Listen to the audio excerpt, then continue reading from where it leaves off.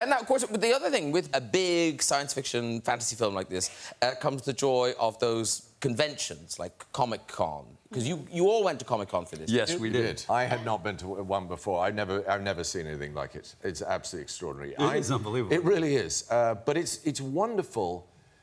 I mean, to see it's passion. Seeing people so passionately enthusiastic about, or actually about anything, to see people motivated to that degree, to a sort of pitch of near lunacy, is actually terribly moving.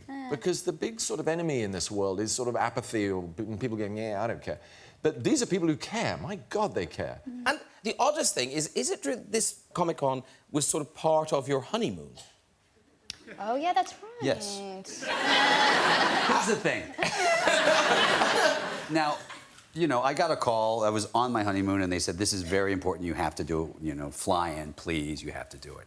And, you know, I had to first explain that to my wife, which didn't play well.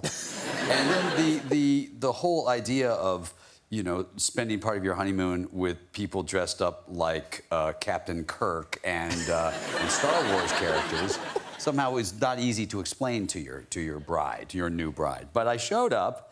And it was, I think you're right, it was really fun because they actually love, they all dress, they love what they do, and it's a very passionate thing. And I've never done a film, well, I did one film, Batman and Robin, which was a, yes. Well, no. Thank you. Which was a disaster. But other than that, there's no reason for me to have ever done anything to go to Comic-Con.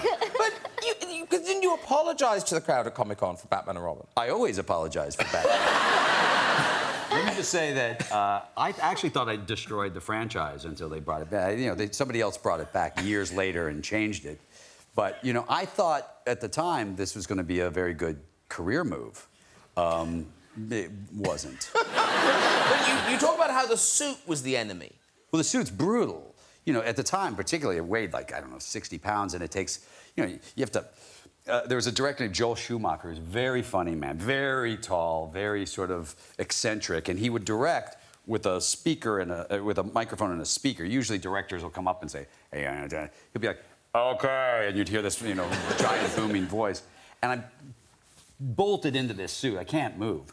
And he would literally go, and he would direct you like as if you would have some emotional scene. He would go, okay, people, all right, George, you know, your parents are dead, you have nothing to live for, and action.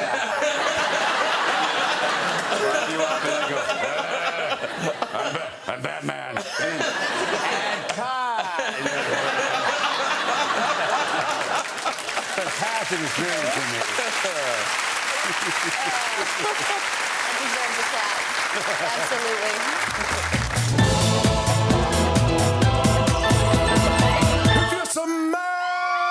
And then right here is where you gotta do a little tongue thing. Okay? This is where it gets interesting. If you smell I found a bumper sticker in the shape of a pot plant that said, fuck cops.